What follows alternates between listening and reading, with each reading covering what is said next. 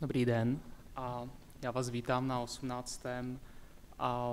dni Měsíce autorského čtení.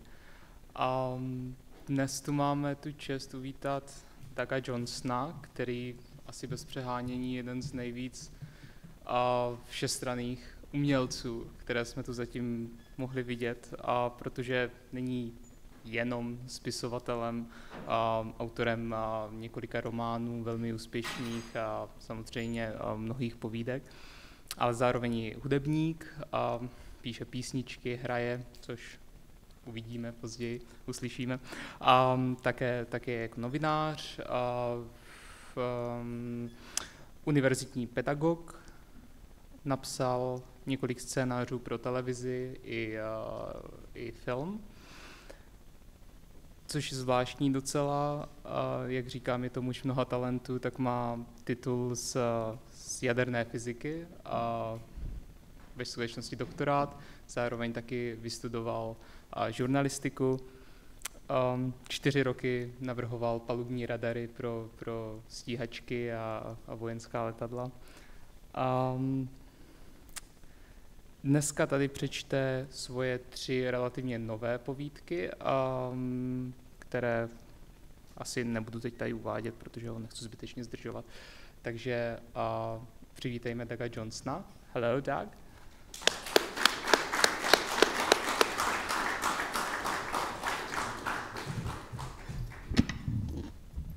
Hello, hello.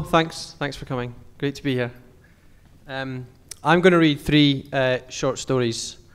I don't often get a chance to read short stories because I'm usually having to plug a novel, but I'm not plugging a novel here, so I thought I'll read something more interesting. A přečtu tady 3 krátké povídky a jsem rád, že to tak můžu udělat, protože normálně musím číst romány, ale tohle je pro mě změna, bude to lepší. And as Victor pointed out to me earlier, all your short stories are about death. So we're looking forward to a lot of fun for the next half hour.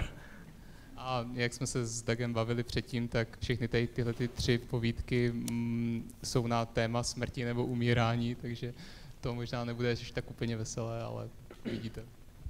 This is called There Are Easier Ways to Kill Yourself. Harry heaved himself over the wooden groin that split the beach. Too old for this. Where was that stupid dog now? He looked up and stopped. He'd seen plenty of weird things on Porty Beach over the years, but this was new.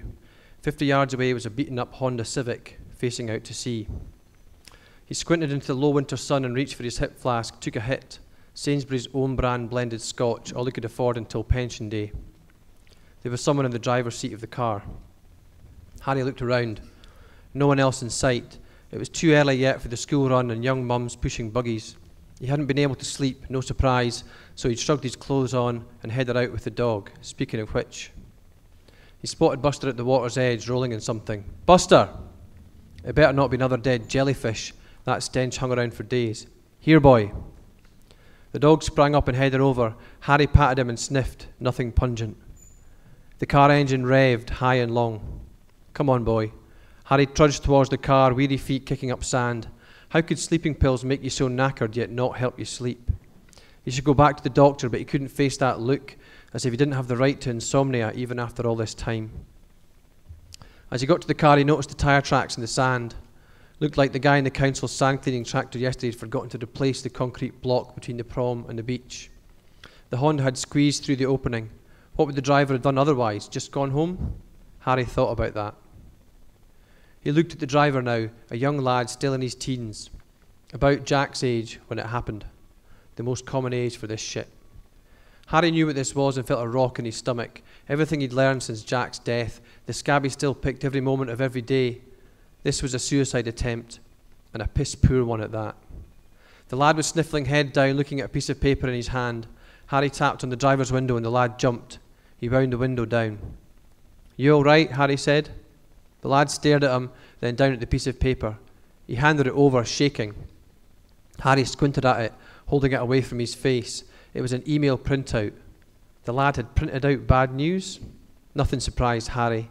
One time he'd heard of a jumper being pulled out of the water along the Firth, a laminated suicide note pinned to her coat. Laminated. He couldn't get over that. He tried to read the words of the email, useless without his glasses. He handed it back. She never loved me, the lad said. The whole thing was a joke, a fucking lie. 3 years, what was the point? The lad put his foot on the floor and the engine raced. Harry had to stop from shaking his head at the puerile gesture. I'm going to kill myself, the lad said. Harry wanted to throttle him. How dare this little prick want to end it? He was in possession of his life, the greatest gift there was, the one thing Harry's son gave away. But at the same time, Harry wanted to help, stop this lad making the same mistake as Jack. Harry was used to this conflict in himself. 5 years working on phone lines and helping charities, he still had a double-edged reaction, even now. He breathed slowly, took his hip flask out and had a swig. How? He said. The lad looked confused. What? How are you going to kill yourself? I'm going to drive into the sea. Harry sucked his teeth and shook his head. The lad was outraged. What's wrong with that? That's no way to kill yourself. Sorry? I'm just saying there are easier ways to kill yourself. Hanging is the most common, but the most effective method is jumping off a high bridge or building. 98% success rate. Booze and drugs don't work so well, but they're easier, though you could end up alive with brain damage or organ failure. I wouldn't recommend slashing your wrists. Only 6% succeed that way. Harry looked at the lad, the car, then the sea. Still more likely than this. The lad frowned. What are you, a suicide expert? Something like that. Harry put a hand on the car door. Tell me, what do you expect to happen here? Just fuck off. Think you'll get trapped in the car and drown? I said fuck off! You haven't thought this through. Most likely the engine will stall before the water even gets above the wheel arches. Fuck off! The engine revved as the lad threw the car into gear. Harry stepped back, grabbing Buster's collar and pulling him close as the wheels threw sand into the air and the car jolted forwards. He had 40 yards to the sea and he got up a decent speed for such a crappy car. It hit the first waves of the splash of spray and the engine racing, ploughed on into the froth but then slowed rapidly until the engine cut out and the car jerked to a stop 30 yards into the waves, the water just over the floor pan of the chassis. Harry let go of Buster's collar and watched. Nothing for a few seconds, then the chug of the ignition turning over, not catching. A second time. A third. Harry saw the lad beating the steering wheel with his fists, but all he could hear was the shush of the waves on the shore. The driver's door opened and the lad stepped out. Water rushed in through the door and filled the footwell as the lad stood, wet past his knees. He looked out to sea. Oil tankers way out there, implacable. He looked at his car, then turned and looked at Harry. His shoulders slumped and he waded towards shore. Harry looked around. Still no one else on the beach. The tide was coming in and he wondered how much of the Honda would cover. The lad approached, shivering, the printout crumpled in his hand. Don't say a word, he said. He sat down on his haunches in the sand. Buster sniffed at his trouser legs. Harry shooed the dog away. Away, boy. He sat down and got his hip flask out, drank from it and looked at the lad. About the same height as Jack, gangly too, floppy dark hair, but then every teenage boy Harry had laid eyes on since Jack hung himself reminded him of his son. Every poor kid he'd spoken to late at night on the Samaritan's line had sounded like Jack. Every teenager still alive was a reminder that Jack had chosen to die. The lad was sobbing now, shoulders heaving, tears dropping on the sand.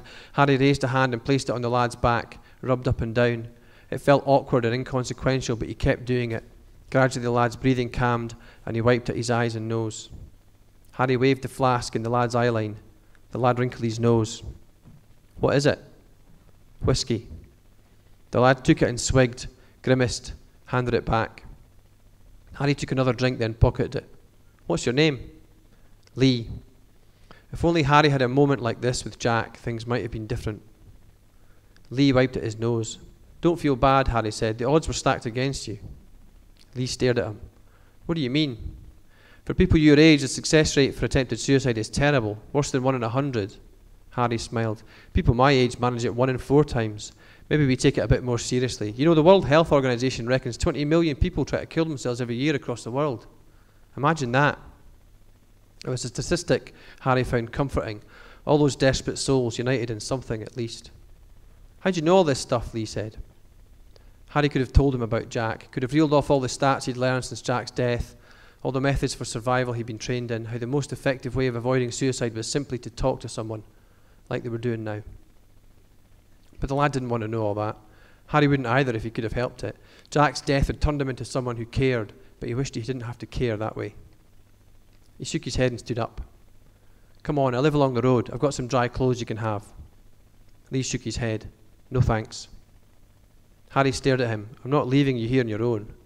Lee looked into his eyes. Maybe he saw something, maybe not. He got up then and looked out to sea. What about the car? The car's fucked. Lee laughed under his breath, the kind of thing Jack used to do whenever Harry surprised him with a swear word. He put his arm around Lee's shoulder and led him away from the beach, Buster mooching at the sand alongside. Behind them, thin sunlight glimmered off the water as the tide slowly filled the car through the open driver's door.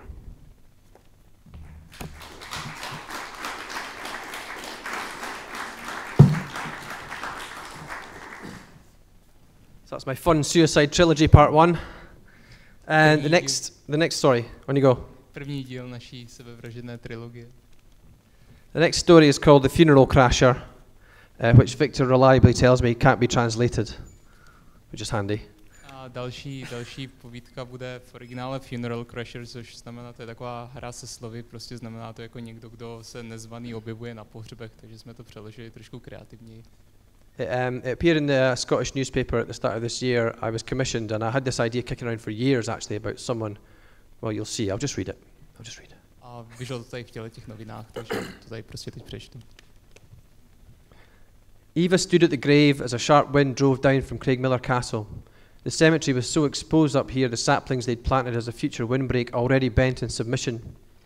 Items left at gravesides were always getting blown away, bouquets scattering to the low corners of the field, scarves, slippers and teddy bears scurrying across the grass until they snagged on someone else's headstone. She looked at the gravestone in front of her, 3 months to the day since he was buried. The stone was simple, clean, just the name and dates like he wanted. The trend these days was for fancy headstones, ornate carvings, pictures of the deceased stuck to the masonry. But Jason hadn't wanted any of that. In the 7 weeks from diagnosis to deathbed, they'd gone through all the arrangements. He liked to have things in order, even when he was hacking up blood and unable to go to the toilet himself. She glanced round. 36 graves, she'd counted them. This place was new but growing all the time.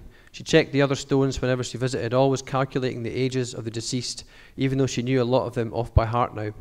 The one exception was the area just down the hill, away from the other graves where the little ones were buried. She visited them the day after Jason's funeral, but couldn't stand to stay long. Many of them born and dead on the same day. Soft toys on the freshly dug earth, even scanned photos resting on some. She'd never had kids, and now her husband was gone. He died aged 55 in no man's land. You couldn't say he'd had a good innings, but neither did his death carry the shock of a young life ending, just another dead person in a planet full to bursting with dead people. A car crept along the road through the cemetery heading to the car park, and then another, mourners arriving. She watched them get out, stretch, then head to the open grave up the hill. 2 council workers in green overalls stood next to a pile of earth, wooden planks arranged around a muddy hole. More people walked up from Old Dalkeith Road, huddled against the wind. Eva stood and watched until 50 or so were standing around the open grave, exchanging hugs and world-weary looks. Eventually a hearse pulled into the cemetery, 2 funeral cars behind. The family got out of the cars, women with tissues pressed to their noses, men rolling their shoulders, supporting the wives, mothers, daughters. A white coffin was hauled out the back of the hearse, carried over and laid next to the hole. Men fussed with ropes and planks. Eva vaguely remembered something similar from Jason's funeral. Her overriding memory was of something primal and raw, a struggle to get the heavy coffin into the ground, mud everywhere, ropes tangled, clods of earth thrown in, the wet ground soaking through her tights as she knelt and lost control. She'd seen funerals here since then and had always kept her distance, but something stirred in her now as she watched. She walked over to the ceremony and lurked at the back. The anonymity of it was liberating. The humanist celebrant talked about Debbie, so full of life, now taken from us. Eva spotted Debbie's widower, a handsome, stocky man in his 50s, holding on to his 2 teenage daughters who were in floods of tears. Why do men always have to be the stoic ones? Why couldn't he break down and bash his fists against the earth, scream at the wind? He had to be strong for his daughters, but who was strong for him? Before Eva knew it, Debbie was in the ground and people were already leaving. The celebrant said the friends and family were welcome to commemorate Debbie's life at the Salisbury Arms up the road.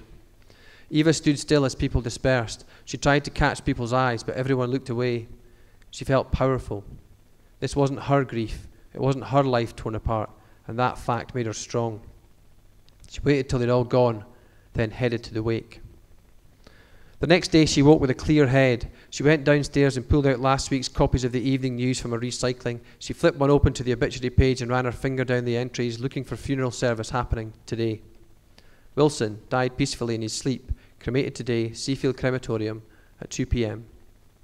She felt a thrum in her stomach as she got ready, showered, shaved her legs, threw on a black dress, the same outfit she'd worn to Jason's day.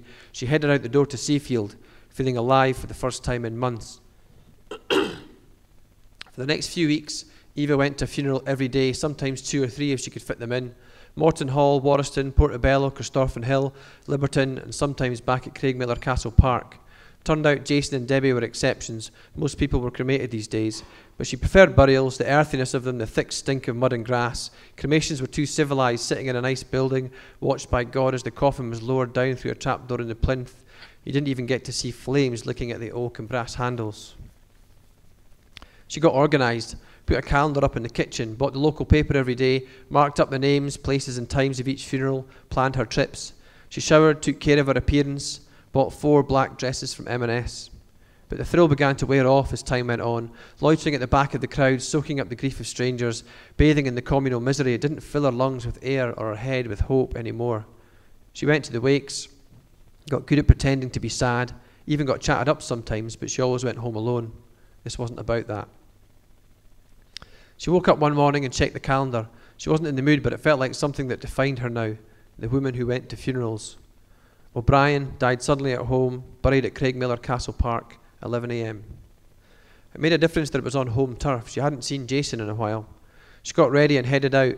An hour later she was at his grave. She hadn't brought flowers since this all started, and she looked at the other graves now, bouquets and gifts placed carefully. She saw the council workers standing smoking by the earth mound up the hill. The hole in the ground was near Debbie's. Mourners began to arrive, the body language of the bereaved so familiar to her now, every gesture heartfelt but predictable. As the crowd grew, she realised something. She recognised some of them. Then she remembered something about the name, O'Brien. The hearse pulled up, 2 cars behind, family spilling out, all the same mourners from Debbie's funeral, except one, no widower. She moved to the edge of the congregation, her stomach tight. A white coffin was slid out the hearse and placed next to the grave. She could see now that it was next to Debbie's, buried side by side. The celebrant, the same celebrant, was talking about Nick, the dead man, how he'd struggled to go on since his wife Debbie died.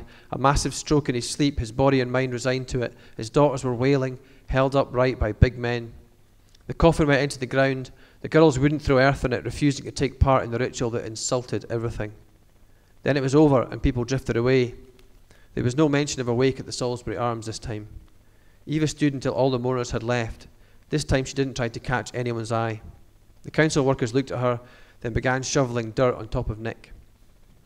She walked over to Jason's grave, knelt down and dug her fingers into the dirt, clenched her fists, felt the mud squeeze under her nails. She stayed there for a long time looking at his gravestone. Then she got up, brushed at her knees, and went home.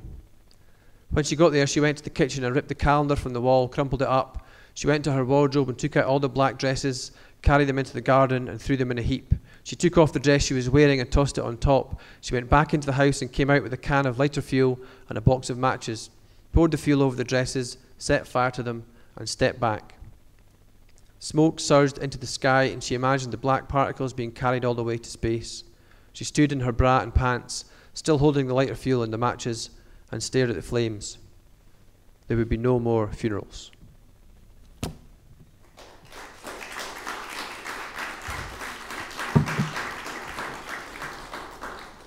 Thank you very much. I'm just going to read one more story, and then I'm going to play a couple of songs, if you'll allow me.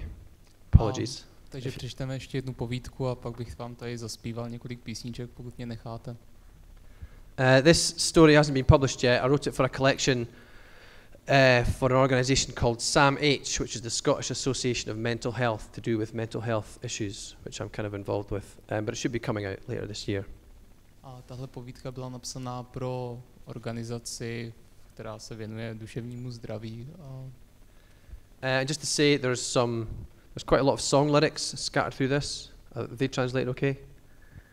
What is there? There's lots of song lyrics in here. Yeah. But I'm not going to read them out. Yeah. Okay. But I'm going to play one of the songs at the end. Excellent. A je tam hodně úryvků z písniček, který se pravděpodobně jako nepřekládají úplně jednoduše, ale pak si ty písničky zahrajeme, abyste to viděli, slyšeli. Okay. Beyond the heliopause. She cried when she read about Voyager. tears down her face as she pushed her bare feet into the sand and stared at her phone. It didn't help that she was sitting on a beach 11,688 miles from home. She knew the exact figure from an app, the number going up the whole time she'd been travelling, and now she'd found out she had a kindred spirit in Voyager 1. She read the first sentence of the news story again. The Voyager 1 spacecraft has become the first man-made object to leave the solar system. It was the details that killed her. It had been travelling through space for 36 years, twice as long as she'd been alive. It was almost 12 billion miles from home. That beat 11,688. Its radio signal took 17 hours to get back to Earth. Sensors on the probe had indicated a change in its environment, so scientists knew it had breached the edge of the solar system, where the power of the sun waned. It had broken beyond the heliopause. A beautiful word. Voyager was now in deep space. Her plan had been to get to the exact opposite side of the world from where he'd done it. There was a word for it. Two diametrically opposite places on Earth were called antipodes. Another beautiful word. Imagine the extremes linked through the molten centre of the planet by a single delicate thread. It wasn't so easy to get to her antipode. When she put in the coordinates for Portobello in Edinburgh, its opposite was in the middle of the Southern Ocean, halfway between New Zealand and the Antarctic. She zoomed out on the map and found the nearest settlement, Dunedin in southeast New Zealand.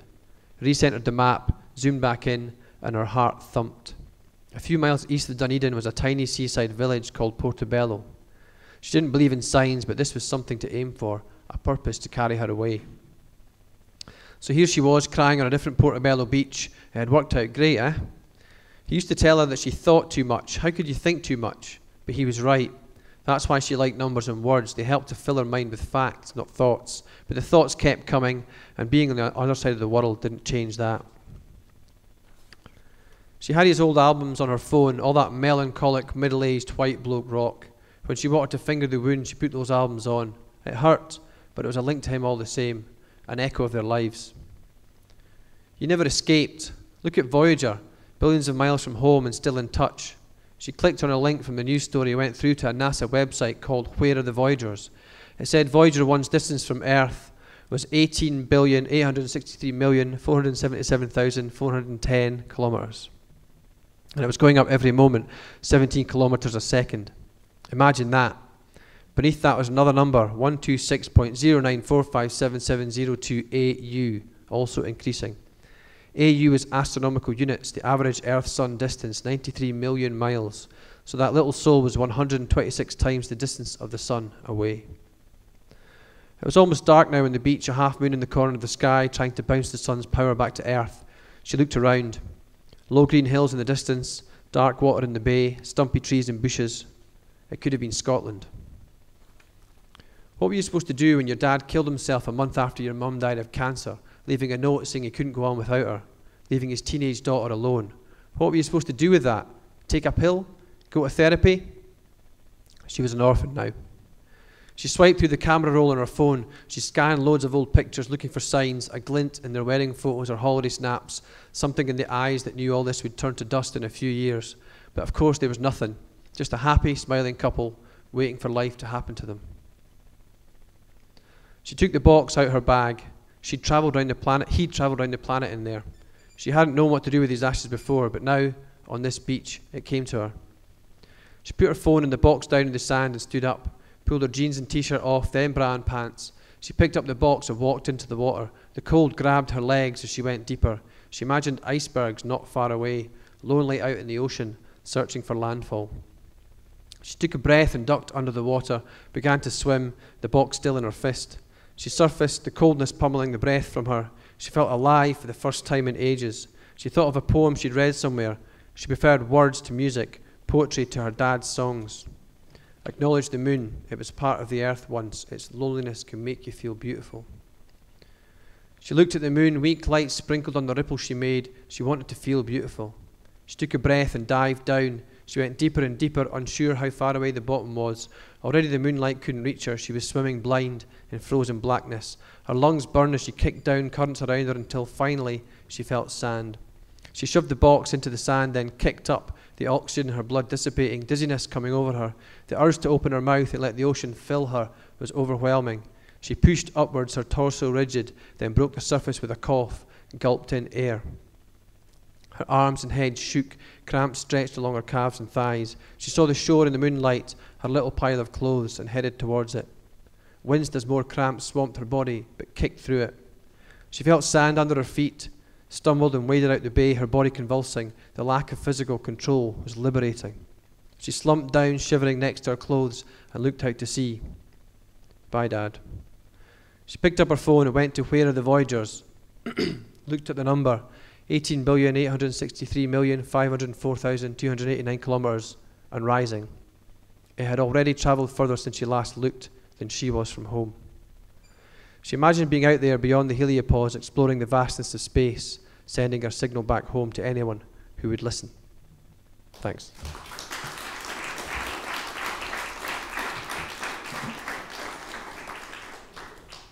I'm going to play a couple of songs, if that's okay. Someone's kindly lent me a guitar. Well, first off, I'll play. I'll not bother with that. You can hear me all. It's nice and personal. I'll play one of the songs that was quoted there by The Loneliest Widow in Town by Sparklehorse. So I'll start by playing that.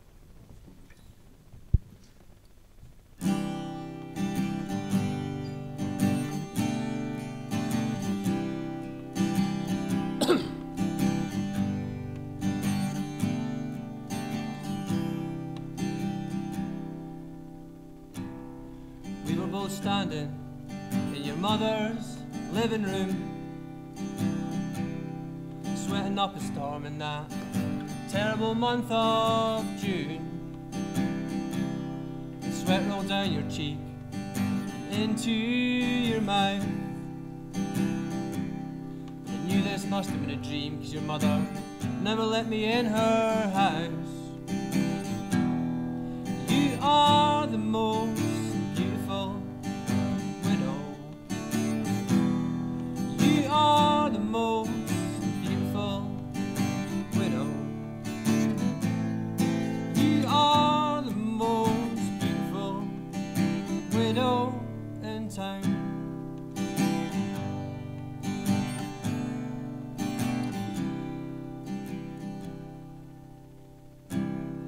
Many years later, in the glassy month of December,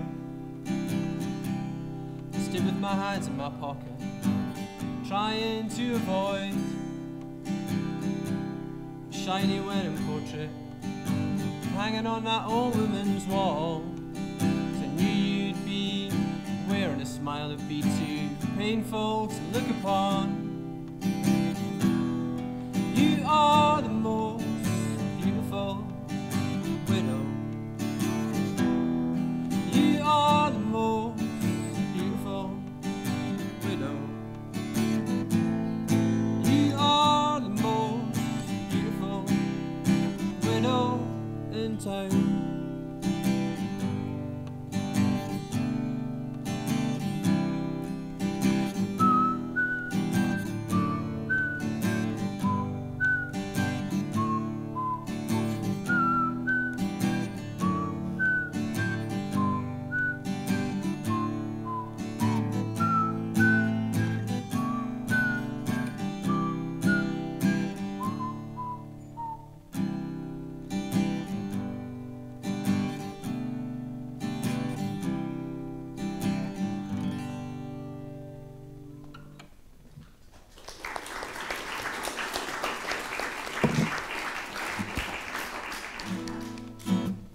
That was good.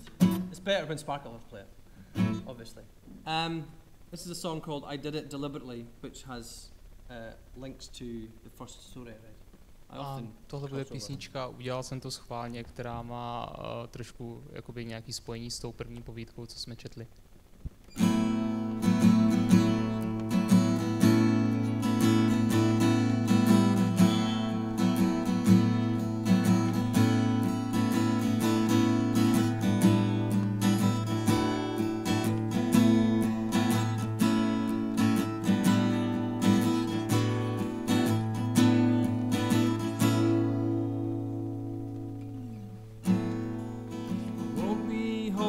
Christmas, I won't be home at all. I drove my my car into the sea at Portobello. And worst of all, I did it deliberately.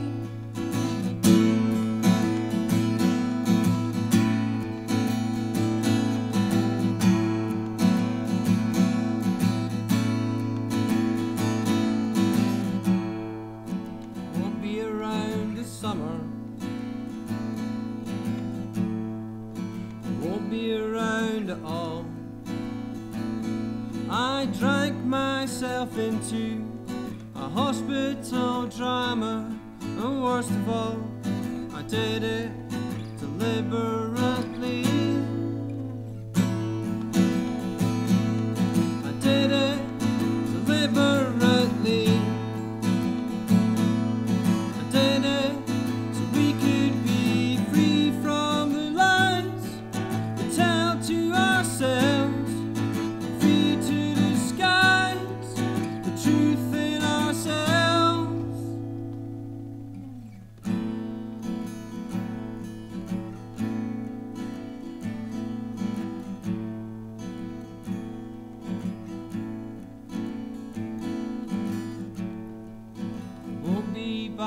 The funeral, I won't be back at all. I buried my heart in a box in the ocean, and worst of all, I did it deliberately. I did it deliberately. I did it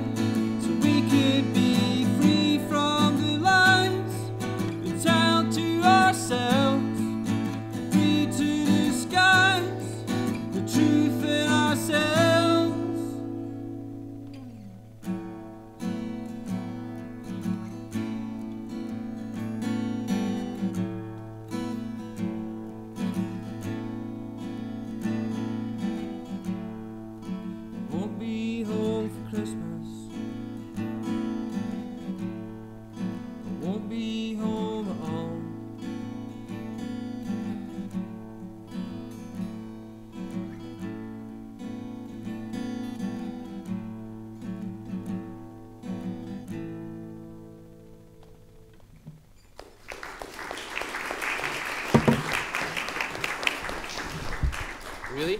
You want to hear me more? Okay. I'm only going to play one more. Díky. This is a song called Björk is Calling Out from the Wreckage. A tahle písnička se jmenuje Björk a volá z vraku auta. You all know who Björk is, right? Don't you? Björk? Icelandic singer? Znáte Björk? Björk. Anyway, it's the best song ever written about Björk and car crashes and love. Tohle je nejlepší písnička, kterou kdy to napsal o Björk, autonehodách a lásce.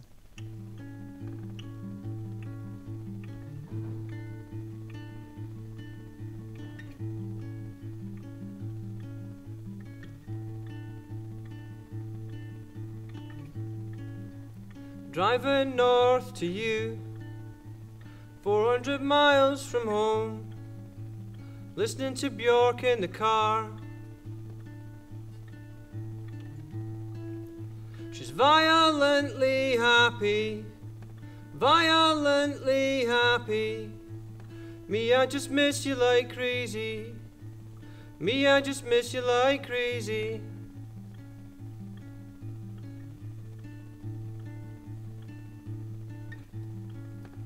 I drive past an accident. Someone looks really hurting there. It could have been me, imagine. Björk's crazy voice calling out from the wreckage.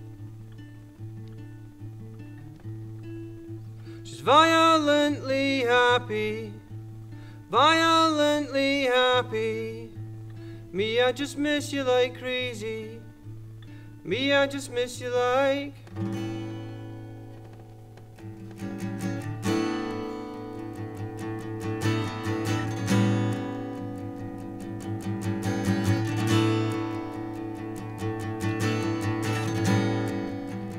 Losing a lot of blood here.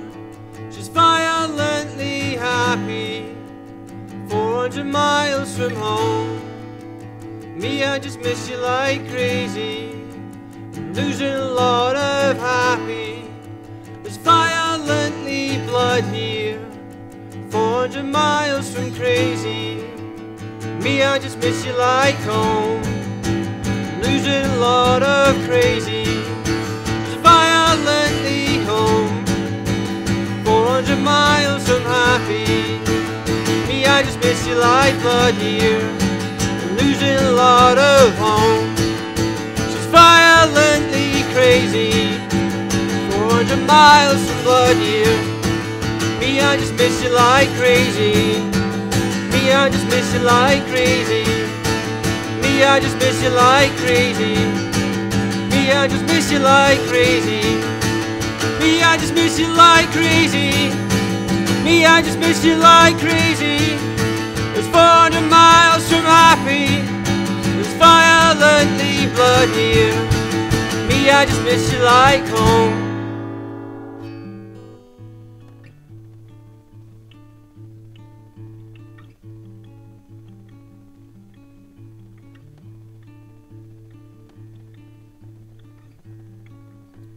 Driving north to you, 400 miles from home, listening to Björk in the car.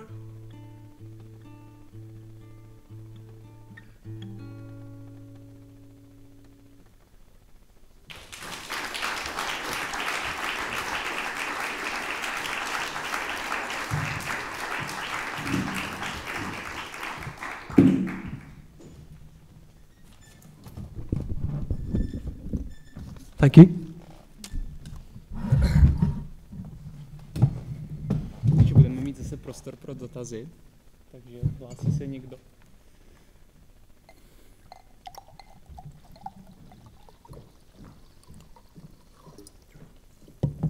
Dobrý večer. Já nevím, jak si vybíráte texty na produkci, jako je dnešní čtení, ale dneska je zvláštní den, protože si vlastně připomínáme tragédii, která se stala na Ukrajině. A vy jste si vybral téma smrti. Možná, že to není záměr, já si myslím, že asi ne, že to máte připravené déle. Ale přesto ta otázka, jak k vám tohle téma přišlo, jak jste si ho vybral, co s vámi dělá? The question is, concerning the texts, obviously you probably prepared them in advance, so you didn't know about what was happening in Ukraine, the plane crash and the huge loss of life. So the question aims at death. You know, like what? Why did you pick this topic? Why? What led you to that? I think any writer, you have to be obsessed with the subject matter you're writing about, because if it's a novel, you're going to be doing it for months or years. And at the moment, I'm obsessed with death and suicide, for a laugh. For various reasons, I've had members of my family have committed suicide in the past, one fairly recently, a young woman actually. And I just want to try and look at that grief. I didn't really know how to handle it.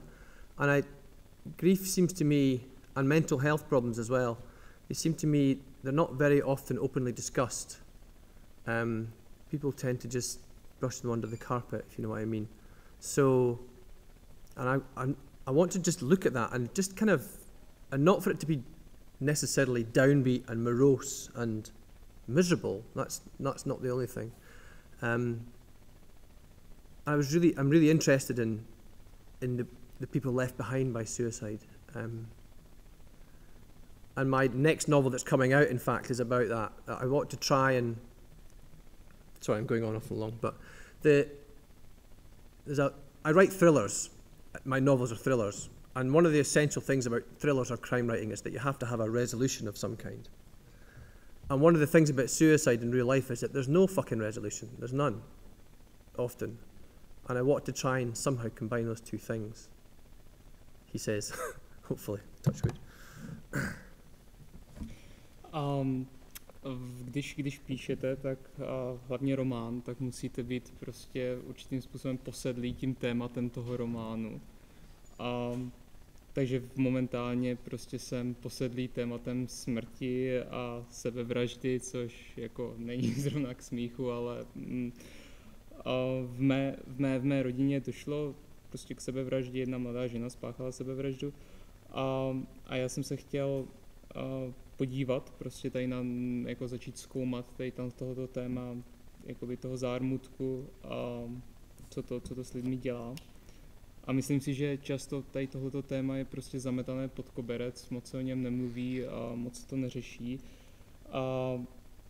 A já se na to chci prostě podívat, se tím zabývat, a to neznamená, že to musí být nutně, že se nutně musíme tady být prostě všichni z toho smutní a musíme být v depresi z toho, ale chci se prostě na to podívat, chci se podívat na lidi, kteří zůstávají po té sebevraždě, kteří vlastně ti pozůstalí. Já píšu, moje romány jsou většinou thrillery, prostě kriminální příběhy a v těch musíte mít prostě tu situaci vyřešenou, tam musí dojít k nějakému rozřešení té situace, ale problém se sebevraždou je, že tam prostě sakra vůbec žádný rozřešení není, jo? Že to zůstává otevřený. Takže já se to teď tady snažím trošku zkombinovat dohromady, tady tyhle věci. Další dotaz?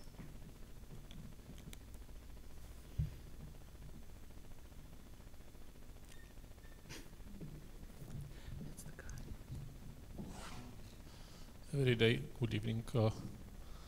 Is here a question how it will be with a referendum and you?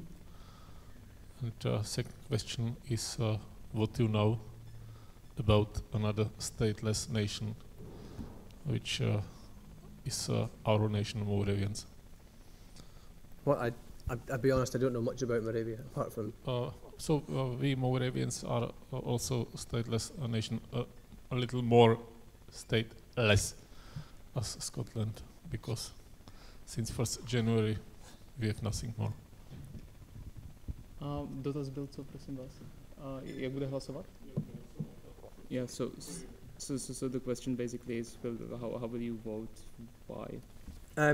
Yes, obviously you've got a whole month of Scottish authors coming here. I'll be voting yes for independence. I think probably the vast majority of the writers coming here will be voting yes. I think generally creative people or people in the arts industries are more in favour of it, for whatever reason, I don't know. The polls are still about half and half, so it could go either way. I'm voting yes. It's nothing to do with nationalism. It's to do with self-determination, and it's to do with trying to rid ourselves of what I believe is an essentially corrupt government in Westminster, who have nuclear weapons and are going to spend hundreds of billions renewing them and going to wars in Iraq and Afghanistan. And there's a different political climate in Scotland to the one in England, which is much more to the right, and Scotland tends to be more left, slightly more left of centre. I'm not party political. I'm not a member of any party, but I think that if we could get the government we vote for, then that would be to the benefit of Scots. It's an interesting time, and in fact, I think it's the most politically engaged that Scotland has ever been at the moment, because everyone is talking about the referendum, everyone is talking about independence or not, in a way that, I mean, you couldn't have imagined 5 years ago people sitting in the pub and the only thing people are talking about is politics, and that's what's happening now all the time, which is exciting for better or worse. You know, it's great. I think that's fantastic. Hlasovat v referendu, jak už asi můžete uhádnout, budu ano. A jako většina, máte tady celý měsíc prostě skotských autorů a myslím si, že většina z nich pravděpodobně bude hlasovat ano v referendu. Proč? To je těžko říct, proč to jako dělají zrovna většinou tady tihleti umělci, jako proč jsou pro. A já sleduju trošku ty průzkumy veřejného mínění, zatím to vypadá, že je to tak půl na půl, nevím, jak to dopadne. Moje osobní důvody, proč jsem pro odtržení Skotska, nemá to nic společného s nacionalismem a spíš je to prostě o sebeurčení Skotů. Nesouhlasím se současnou vládou ve Westminsteru a myslím si, že prostě utrácí spoustu peněz za jaderné zbraně, teď se chystá se obnovit prostě program Chystá se, nebo účastní se válek v Iráku a v Afghánistánu, s čím spousta lidí nesouhlasí. Takže v podstatě jako Skotsko a Anglie mají dost odlišné politické zaměření. Anglie je víc doprava, zatímco Skotsko je tradičně trošku víc doleva. Já osobně nejsem v žádné straně politické, ale myslím si, že by bylo dobré, kdyby jsme měli prostě vládu, kterou si zvolíme, vládu, kterou chceme.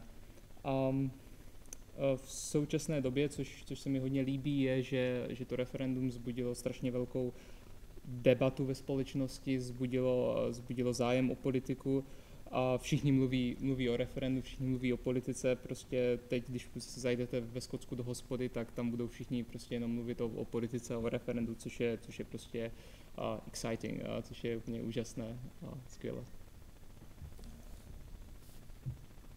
Hey, I must say I share your fascination with suicide, and I would like to hear more about about your ideas about suicide, and what your perception of suicide is.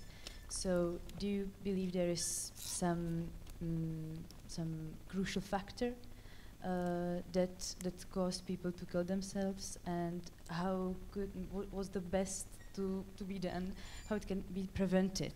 What's the best thing to do during prevention?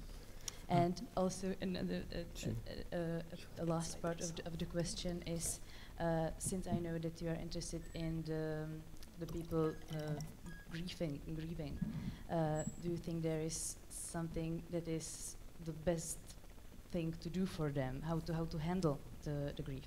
Thank you.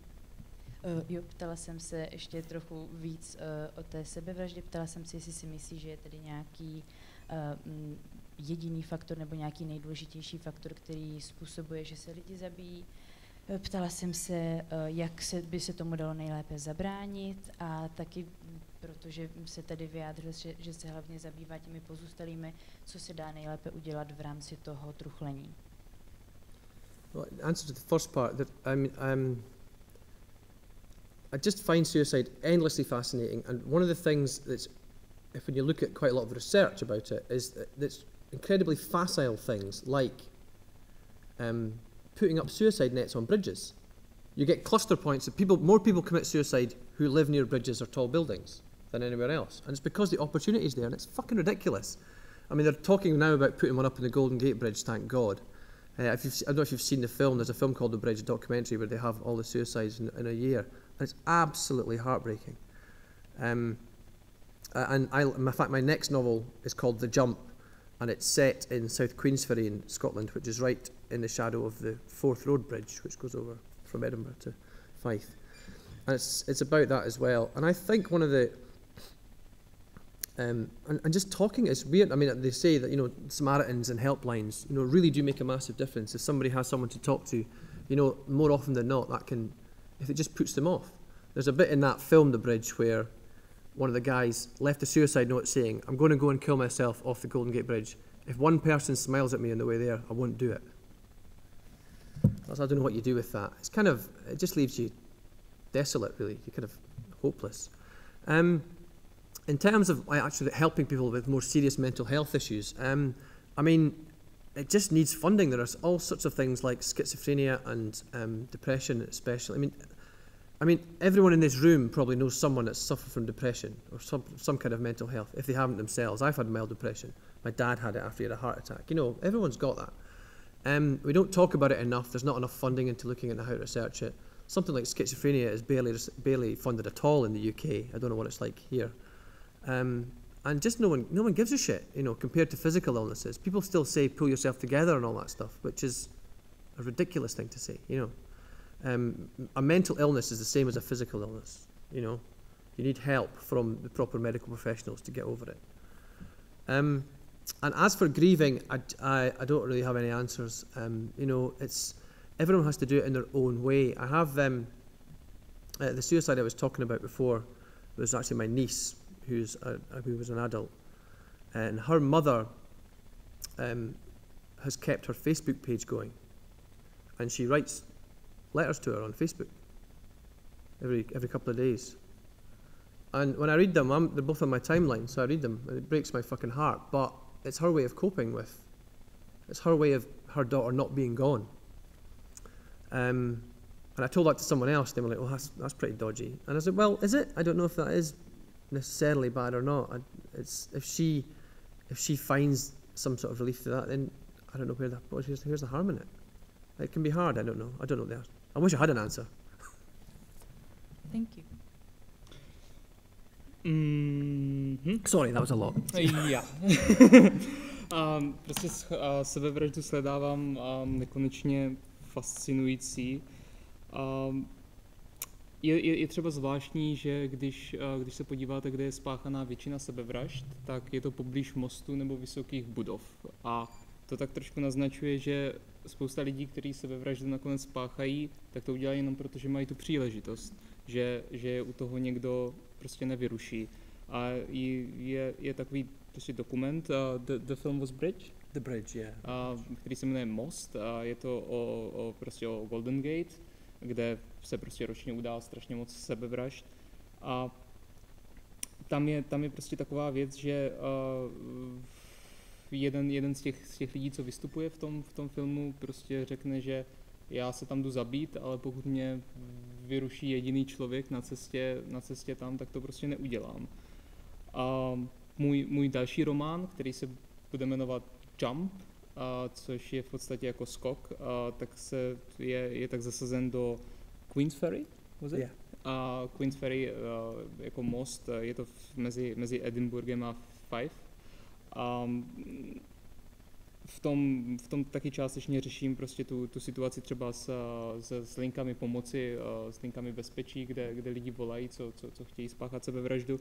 A často je to prostě jenom o tom pomoci těm lidem, nebo se s nima se prostě nějak bavit a odradit je od toho. Prostě často je problém v tom, že to není dostatečně placené. Prostě nevěnují se dostatečné prostředky tomu, aby se ta situace nějakým způsobem řešila. A všichni se tomu chtějí vyhýbat a třeba ve Spojeném království tam se rozhodně na to třeba vůbec nedávají peníze. Nevím, jak je to tady v České republice, ale prostě schizofrenie například je tam velmi, velmi podfinancovaná, jako prostě v řešení problému schizofrenie. A další problém je, že lidé často si neuvědomují, že duševní poruchy jsou naprosto stejně závažné jako prostě normální nemoci těla. A je to samé, ale často lidé řeknou stejně jenom prostě, proč tak se dej dokupy, dej se prostě nějak se jako sprav. A co se týče jako zármutku, tak na to asi nemám moc nějakou odpověď, nevím přesně, co na to říct. A ta dívka, nebo vlastně dospělá žena, která spáchala sebevraždu, tak byla moje neteř a její maminka v podstatě nechala v provozu její facebookovou stránku, na kterou jí píše dopisy. A já, protože to mám to zalajkovaný, prostě vnímám to, čtu to, tak mě to prostě láme srdce. A když to říkám některým dalším lidem, co si o tom myslí, tak říkají, že je to trošku ujetý, ale já prostě na to nemám jednoznačnou odpověď.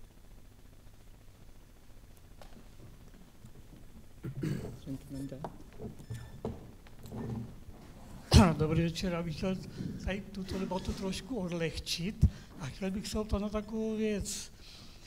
Jaký je rozdíl mezi skotským a anglickým humorem a jaký je rozdíl mezi tím, jak myslí Skotové, co se týče humoru, na rozdíl od Angličanů? The question is, because the gentleman wants to lighten up the the topic. What do you think is if there is any difference between Scottish and English humor, and how do Scots and English people think about humor? Do you have some answer for that? I guess the sense of humour is very similar. We're very similar people. We share an island. We have done forever. I think that Scots are generally more self-deprecating, take the piss out themselves, is a better way of putting it, more. I wouldn't say that English people are necessarily arrogant, But there is an element where they're still, I think there is still a kind of post-Empire mindset to everything, including their comedy, which a lot of which is brilliant. But I think, I mean, we're a small country and we have this sort of, you know, put upon little brother kind of chip on our shoulder thing, maybe. And I think that goes across the board, not just in terms of our sense of humour, but our sense of identity as well, I think, probably. And in our literature as well, I would say.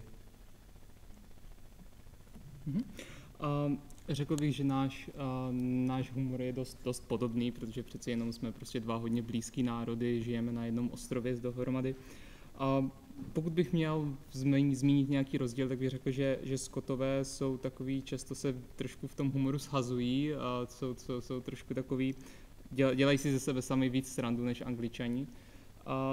U Angličanů neřekl bych, že oni jsou nějak arrogantní nebo něco, ale pořád je tam prostě takový ten postkoloniální, poimperiální prostě problém trošku v té jejich hlavě. A to se tak trošku odráží i jako v tom vztahu mezi Skotskem a Anglií, protože mají pořád takový ten vztah toho malého bratříčka, toho velkého, jo, že možná něco podobného, jak je třeba se Slovenskem, s Českou republikou trošičku. Rozhodně se to projevuje prostě v té naší identitě a taky trošku v literatuře.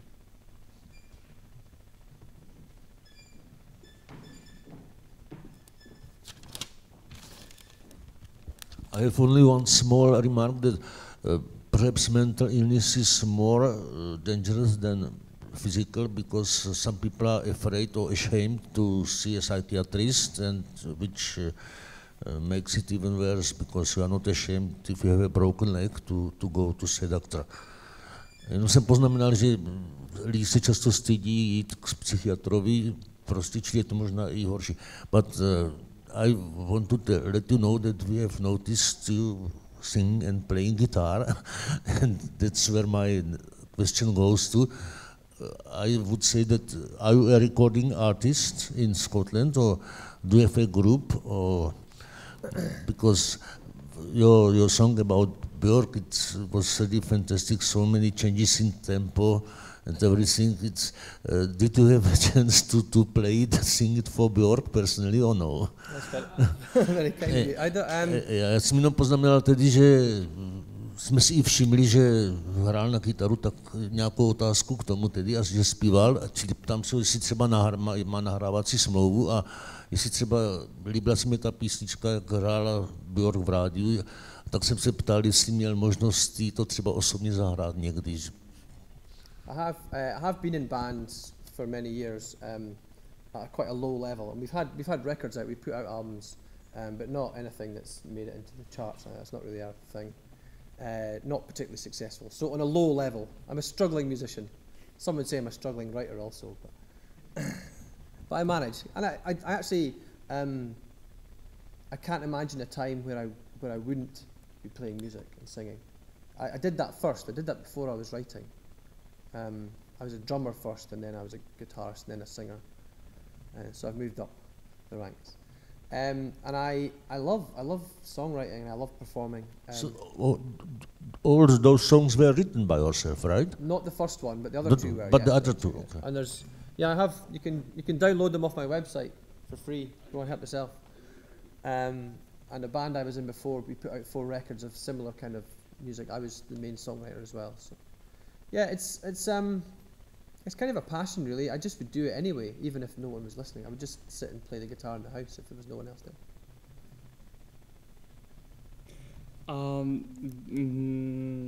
Byl jsem v kapele a bylo to na takový trošku nízký úrovni. Sice jsme udělali nějaký alba a vydali jsme je, ale nikdy jsme nebyli jako nějak super úspěšní, nedostali jsme se do hitparády.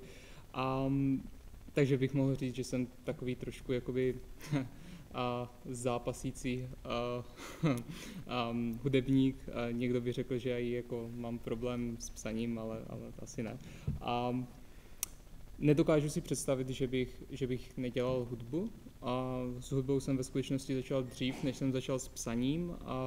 V začátku jsem byl bubeník, pak jsem se dostal ke kytaře a pak jsem začal zpívat, takže se v podstatě jakoby trošku vypracovávám nahoru.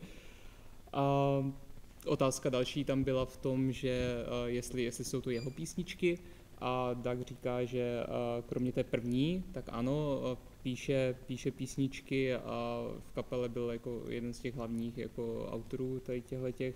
Můžete si je stáhnout na jeho stránkách, jsou tam volně k dispozici a i kdyby se dělo, co se dělo, tak prostě bude dál zpívat a hrát. Je to jeho.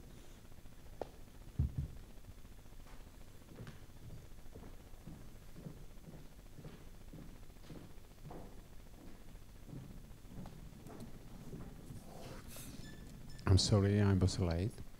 And maybe it was mentioned before, but I suppose that this year is 20th anniversary of the year when the film Transporting from Edinburgh was shooting. And may I have a question? Is the Mr. Bagby and Mark Renton still living? Translate that. Chceš se přeložit?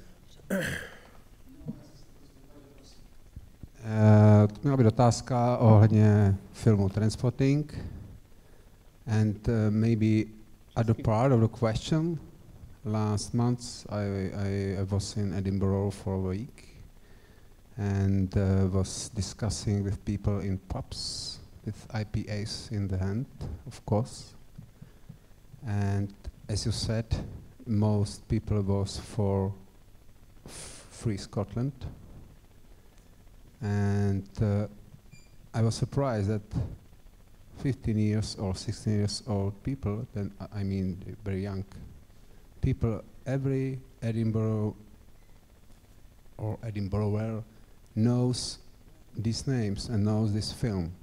And what do you think about this film? Do you like it or you hate it? Or what is your attitude to this in Czech and I mean in Europe a very famous movie? Sure. Já jsem se prostě ptal na film Transporting, který podle mě je velmi známý nebo oblíbený, je to kultovka. Byl jsem v Edinburghu a mě to překvapilo, že v Edinburghu každý, i mladí lidé, 16letí, znají film Transporting, znají ho dokonale, znají ten příběh, znají ty postavy a tam, když přijete do hospody a zeptáte se, jestli tady byl dneska Mr. Bagby, tak oni se nejdřív zeptají, what, who? A or Mark Renton, tak se začnou smát, všichni vědí tady tuhle poetiku a že tam pořád žije. A proto jsem se zeptal, jaký je vztah autora k tomuto filmu, protože je to vlastně film o Edinburghu před 20 lety. Very simply, yes, I fucking love the film. It's brilliant. It's the best Scottish film ever made. It's probably the best British film ever made. It's one of the best films ever made. Also, the book by Irvine Welsh is one of the best books ever written. It had a huge effect on me, actually, the book of Trainspotting. I read it when it came out. I was living in Edinburgh at the time, even then, over 20 years ago. And I knew people like that. I was buying my ecstasy off a guy like one of them, you know? I knew these people. I was drinking in the same pubs as these fucking people. I knew it. And I hadn't ever seen that in a book. And it was extraordinary. And everyone I knew read it. Everyone I knew had read. People who'd never read books read Trainspotting. It was apparently the most shoplifted book ever, because everyone who wanted to read it were basically the junkies and alcoholics, and they didn't have any money, so people just stole it out of shops. And in terms of Begbie, yeah, that's still ongoing. Irvine has written there's a sequel book called Porno, and there is talk about all the original cast. I mean, Ewan McGregor's the sticking point. He doesn't want to do another one, but the rest of them do. And Irvine has also written a brilliant prequel, a book before Trainspotting, about how they get into heroin, called Skag Boys. I don't know if it's out here or not, but it came out last year in the UK. And it's amazing, another brilliant book. I'm a huge fan of his, as you might tell.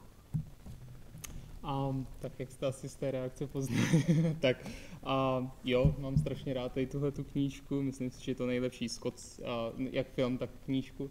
Myslím, že je to nejlepší skotská knížka, která kdy byla napsána, nebo film, a nejlepší pravděpodobně britský film, který kdy byl natočený.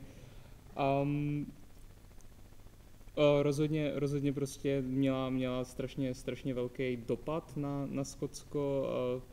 Skoro i všichni ji četli, prostě všichni, koho znám, ji četli. A zažil jsem to, že prostě v té knížce se popisují věci, které jsou mě známé, třeba když jsem si kupoval extázy prostě od nějakých lidí, tak to je úplně stejný, jak je to přesně v té knížce. A to jsem fakt nezažil, aby byla takhle knížka prostě podobná realitě. Taky v podstatě se tak nějak ukázalo, že Trainspotting byla jako jedna z nejvíce kradených knížek, což i lidi vynášeli prostě z knihkupectví, protože lidi, co si ji chtěli přečíst, byli prostě feťáci a alkoholici a ti na to neměli moc peníze, takže ji prostě kradli. It was a sequel? Porno? The porno is a sequel book, takže je tam prostě jakoby chystá se and it's a film or book. Jo. Knížka s názvem Porno, která je jakoby prostě pokračování Trainspottingu. Uvažovalo se o tom, jestli by se z toho udělal film, ale stojí to nebo padá to na Ewanovi McGregorovi, který se toho prostě nechce dál účastnit. A ještě se objevil vlastně prequel, jakoby vlastně to, co se dělo předtím, než jmenuje se to Skag Boys, nevím, jestli to bylo přeložené do češtiny, nevíte nikdo, který je v podstatě o tom, jak se všechny ty postavy v podstatě dostaly k heroinu. And last questions. Trainspotting and Acid House. I mean the movie Acid House and the book Acid House. What do you like more? The book. The book of Acid House, yeah. And films then? Film's okay, yeah. It doesn't. A zase jsem se zeptal se od stejného autora a s problematikou trochu jiné. Myslím, že Acid House je z Glasgow. From Glasgow, Acid House? Yeah. Yeah. Trainspotting se odehrává v Edinburghu a Glasgow je spíše takové vícdělnické město. A ten Acid House takový, Acid House is more brutal for me personally. Yeah. A já jsem se zeptal autora, co si myslí o těchto dvou jednak knihách a jednak podle mě taky velice dobrém filmovém zpracování. Because my opinion is that the book was brilliant and the movie was good as well. Irvin now works quite a lot in movies, adapting screenplays for other people or writing original screenplays and things like that. And he does a lot of that kind of work. And I think he'd be the first to say, there's a famous William Goldman, there's a screenwriter, American screenwriter, he had a saying that, it's amazing that any films get made at all, let alone good ones. Because there's so much bullshit that can happen in the film industry. It's such a terrible industry for producers wanting to change things and, make things happen. So I'm kind of amazed. But yes, you're right, they're both the film and the book of Acid House. I like them both. I think I prefer the book, I think. That's just personal preference.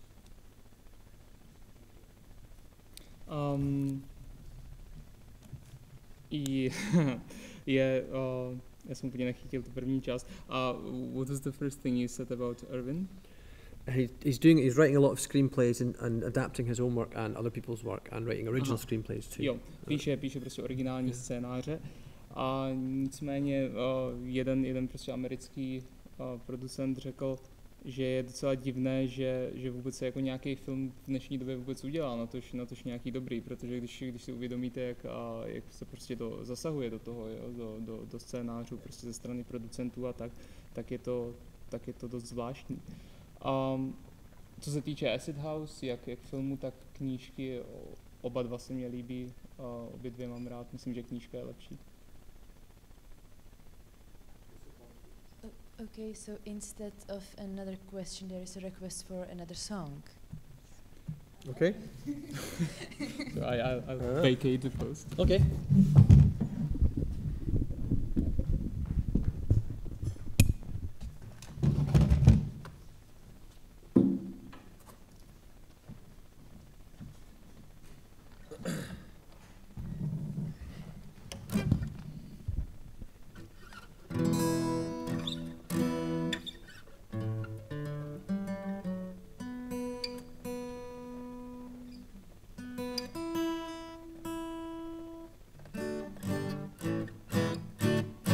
close enough.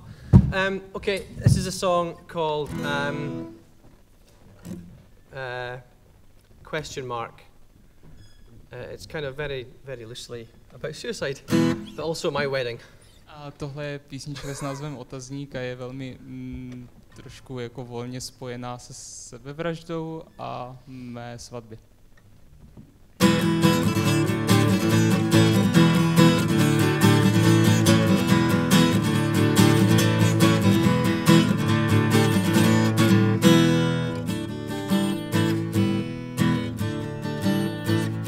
In East Lothian, people are dancing and drinking hard. We're doing the eightsome reel. We're doing the eightsome reel. We're getting the steps, Kenny and the band. Across the ocean, he's standing there on a bridge. Great big question mark. Great big question mark. Great big question mark. Great big question mark. Yeah!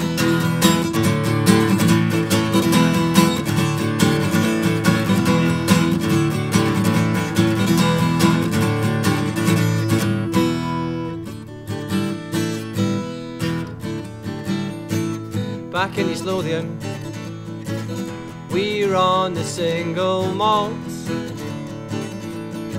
I'm pulling the pins from your hair. I'm pulling the pins from your hair as the castle floats in the fog. Across the ocean, he's standing there on a bridge. Great big question mark. Great big question mark. Great big question mark. Great big question mark. Yeah!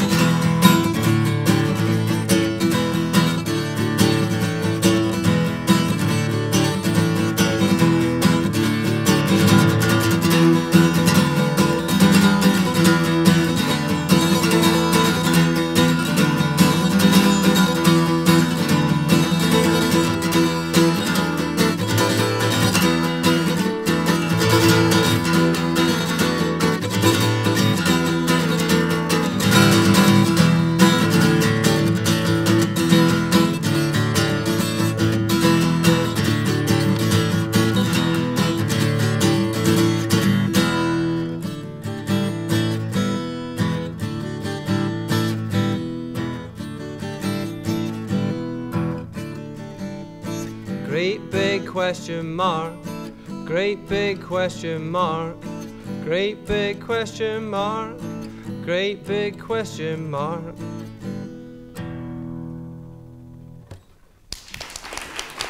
Thank you very much.